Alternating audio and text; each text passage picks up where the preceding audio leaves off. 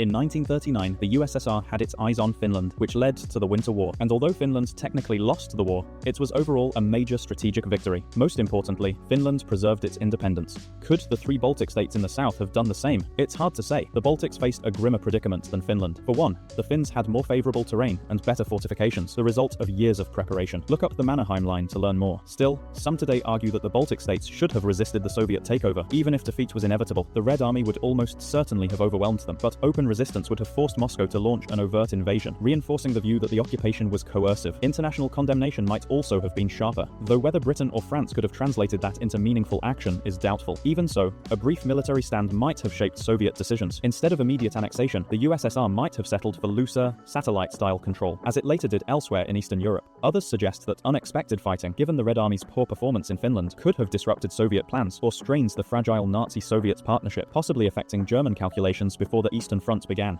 All of this is highly speculative, yet worth considering even today when reflecting on how a small state might act in the face of a far larger power threatening its existence. What is certain, however, is that armed resistance would have left no room for future claims that the Baltic states had voluntarily joined the Soviet Union. To this day, Russia does not acknowledge that the Baltics were ever occupied.